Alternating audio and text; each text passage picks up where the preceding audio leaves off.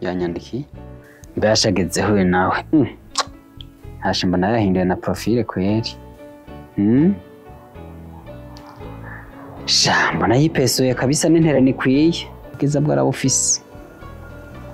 nago yangiriye audio cyo katumve Papa Lou inyuma y'iminsi mike dupfunditse ku bana nasanze bidakunda ko wavuze ko ahubwo ntugaruka mu rugo rwawe iyo nja ntabuze nico gituma ntagarutse nagenda kumenyeshe ko ubu ngeze Canada nta gwanko nta nzigo nta shari uze uroranirwa nawe nibaza ko atagwanko ufitiye undamukirize Loulou egoma ngo ageze Canada ushatse turajana udashatse ufata inzira yawe fata yawe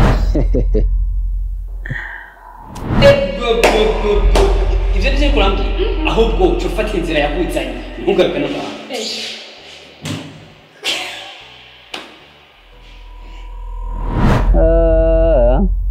bisanzwe nagomba yigira ari hose naho nibwo ko atogarutse gusa twe naruru mu nzu twenyene sinzi nzoga kwigwa kweri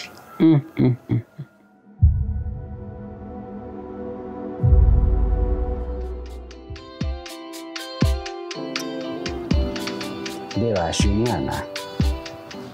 haguma mu cumba wenyene wapi kweri birantera amakenga n'ino minsi arigunga birenze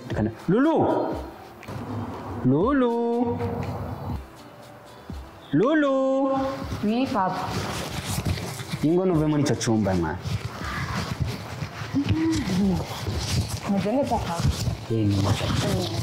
Loulou none ga mwana ko guma wicaye hariya wenyene turi babiri mu nzu gusenga ndagukumbura ndabizi papa usarura byumva yuko nawe uri ku kazi nanjye ndaje kw'ishure kandi naho nyene nta kanya turonka ko kwira yani andi ngaho mu cumba nanko simarira ndamaze akanya nicaye ngaho igirwa hino basitigira aganze ka selfie kandi tugira ga selfie chiki uri keza mwana wala ona sana wewe sana mama turasi sana mama eko sana yo Loulou uri keza sana mama sana wewe papa tiga mama wawe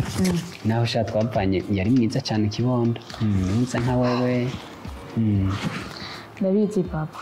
gusa nashaka ariko nshaka kufasha niko mwana mbari nashaka kubwira takeneye mama muri runo rugo ndakeneye umama mufasha ushaka umumama gufasha muri runo rugo mugano ari ico kenera wambarira rero papa ngari ibintu nyene ushaka ibyo baza umumama utoza papa hanyuma Loulou wanje ndabyumva uvuze ngo urakeneye umumama ndabyumva igituma nabitahuye cyane kibondo nabitahuye kandi ndagukunda tekana Loulou nabitahuye cyane natahuye n'igituma ubwo mumeze gutya ndabitahura cyane bitekanire yego tekanire rero papa tuba tuzi ibintu byinshi yego yo unyambara inkofero twimbaze kwanza tapla voilà ndayigugabiye ndayigugabiye kuri wewe umwana mwiza